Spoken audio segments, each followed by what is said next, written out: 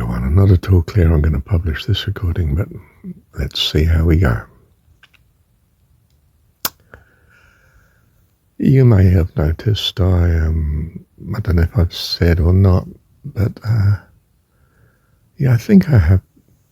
I've been concerned that dreams are so often, shall I say slightly negatively, an enchantment of the astral world. It's not the high heaven. And it's not what we're at. We're at a devotion to God as Heavenly Dad in the, well, at root, I hope, the Jesus understanding, the Jesus story. And the astral world is an in-between world of dealing with your present concerns here in the physical and working out with you if you want to return or what sort of life you want next, what you feel you need to work out in yourself. In Eastern terms, it's part of the long haul of many, many, many cycles of life, reincarnations, and with some considerable hope of there being overall progress and eventual enlightenment. That's not what I am at. I am at an all-powerful God who loves you, who can in an instant bring you through. But you do have to be brought through. And there are sort of necessary conditions that have to be met in this transformation, such that you are all blessing in heaven, to others and to yourself, you being there. And the story of Travis, I've not heard. In fact, I thought the name Travis was typically applied to butlers in films. Travis will take your coat and see that your car is parked for you. I'm told otherwise when I check on the internet, that Travis, especially in the United States, and I suppose that is especially the film world, has been of a negative connotation. What is phrased as lowlife, a roughneck, and so on. What amazed me was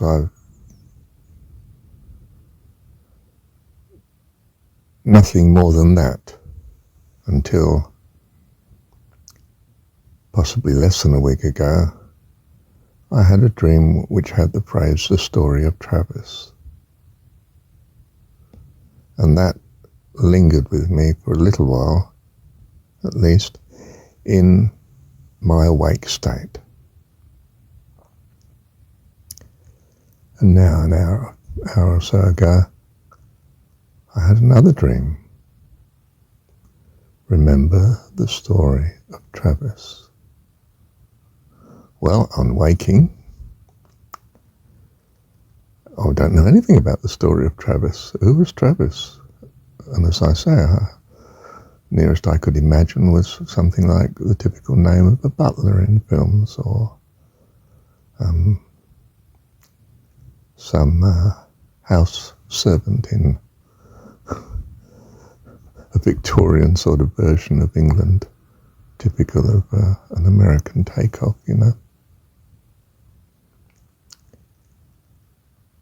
So I thought, well, is there such a thing known as the story of Travis? And I went to check on the internet. and found an appalling story. And I don't commend you to do that looking up that I was doing in, dare I say, all innocence as far as I knew.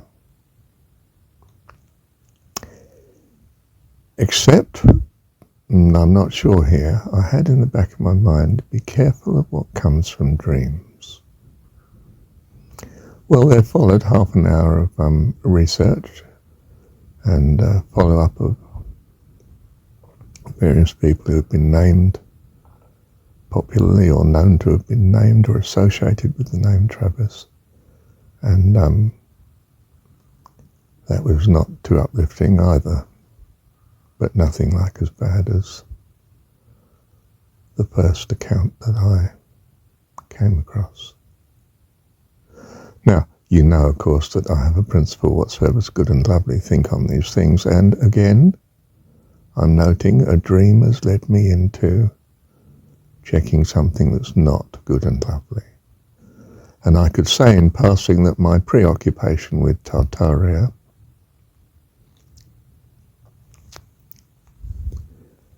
and political, social sort of history has not been I hope, just a passing occupation, because it's not essentially, is it, a meditation on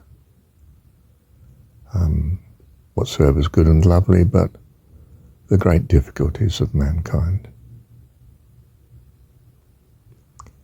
as presented by the historicities that we now have of such. Look, I'm labouring here, dear one, because I'm not clear at this moment what God wants me to learn from this this current topic of the name. I am clear on one thing, that be very cautious of names that you give or use. You can find out that where you have a sovereignty in using such a name to indicate a person, a nickname or so on, can be extremely harmful and associated with things that, well, if you knew the fullness thereof, you probably would feel no way you should have used such a naming.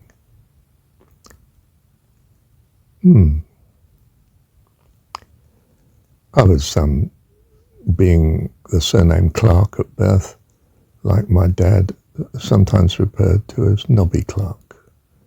I didn't like the name Nobby, which was surprising because our ginger cat, we always called him Nobby. And we had a whole series of ginger cats because Dad always chose the ginger cat and we always called him Nobby. And we lived near a not too safe road, as I've mentioned before, in my childhood. And we lost several of them on the road, and some lived a good few years, but many didn't live more than a good few months. Well, some didn't last more than a good few months anyway. I was very cautious of being called Nobby, and when a geography teacher at school, when I was about 13, would refer to me as Nobby, I froze on him and refused to answer. And fortunately, he didn't take too much umbrage at this, and he stopped referring to me by such. I say fortunately because I was afraid of him. He was one of these serious teachers, and I dreaded his classes, really,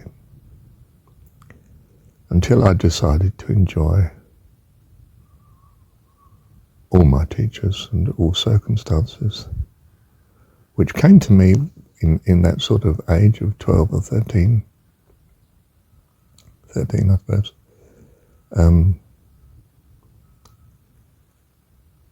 Despite not having any religious experiences or anything.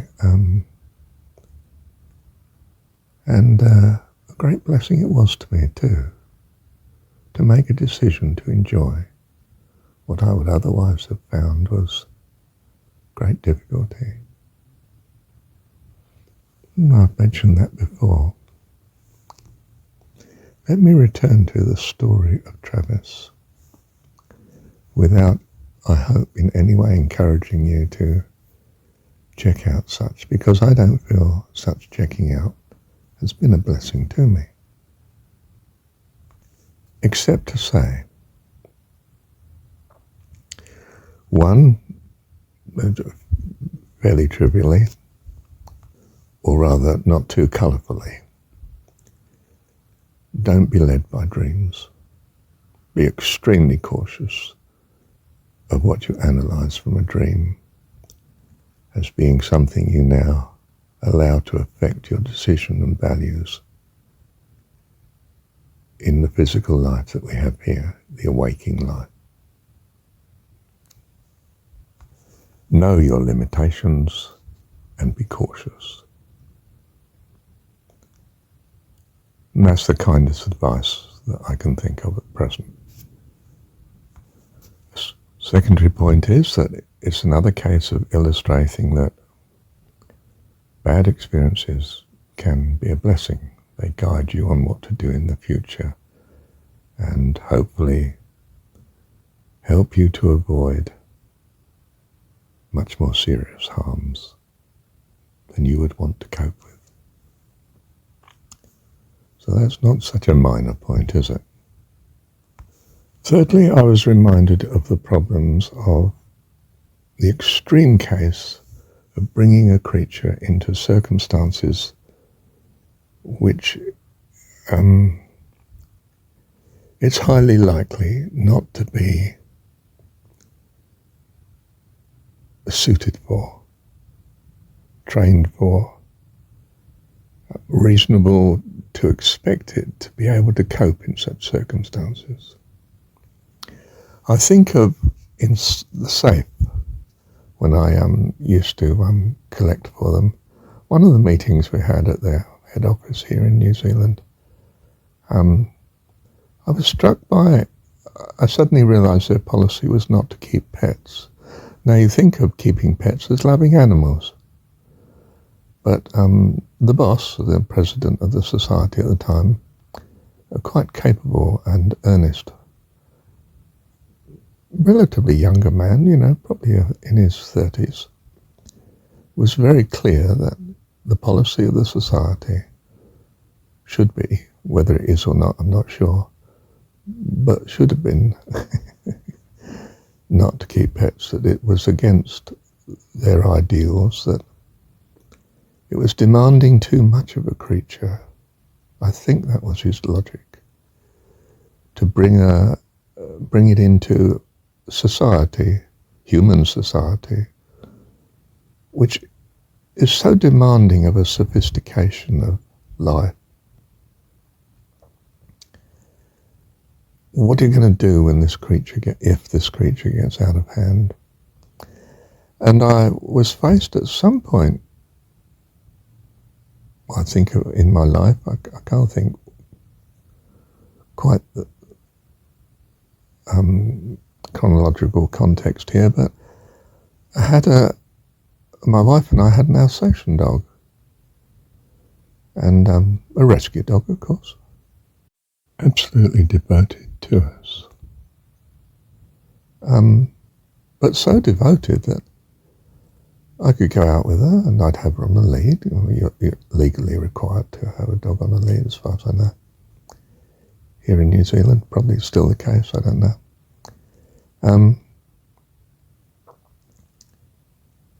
And so often she was so protective that she would strain at the leash and bark furiously and fiercely at passers-by. It got so that whether they had a dog or not, that was irrelevant. Any passerby without having a dog with them seemed to cause this reaction. So I asked around and consulted, the experts, so to speak, and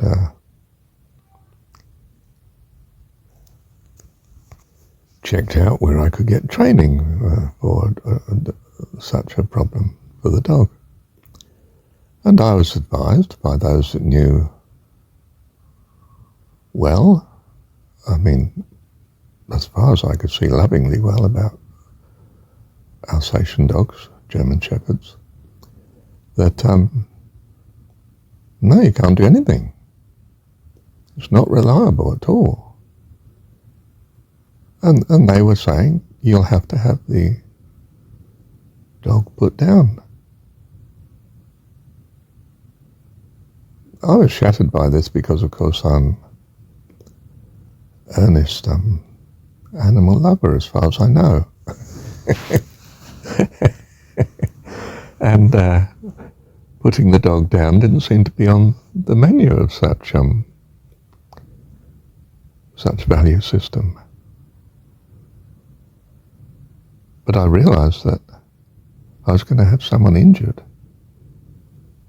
highly likely if I wasn't very careful, if I don't do something pretty dramatic about it.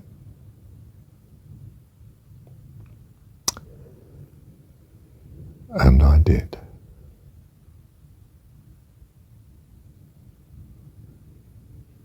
Yeah. I have carefully avoided being in such a position to have to do such again.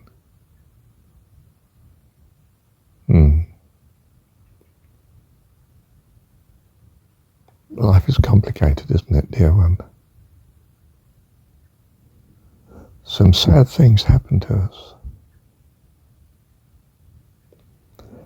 Complicated by the uncertainty of what is truly right and what is truly for the best and what can be done and what can't be done, and the uncertainty associated with all of such. So I would commend to you not to put yourself in a potentially difficult situation as that. And much as I love animals, I don't rescue them from the wild into my home and circle of living, because I think it would be too much for them.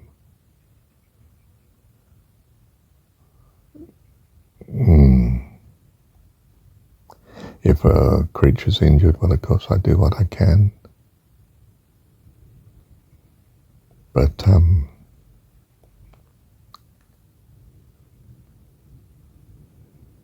yeah.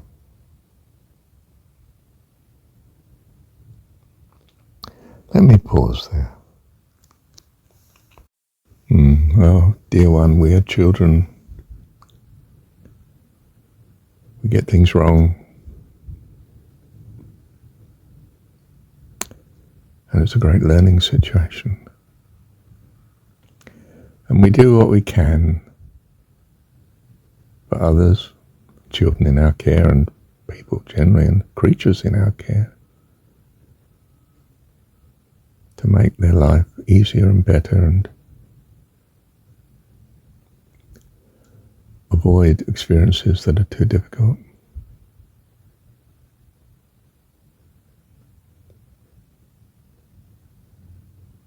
Thank you, Heavenly Dad. We're reminded we are children.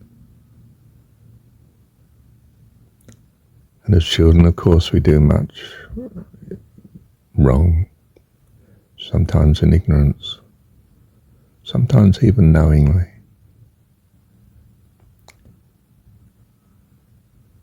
Good parent simply does what's best in the circumstances. Good parent loves.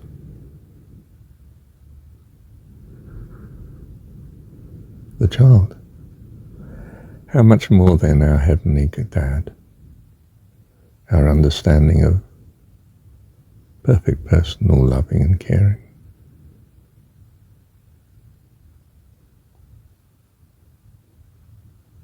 to us. And I hold it all light.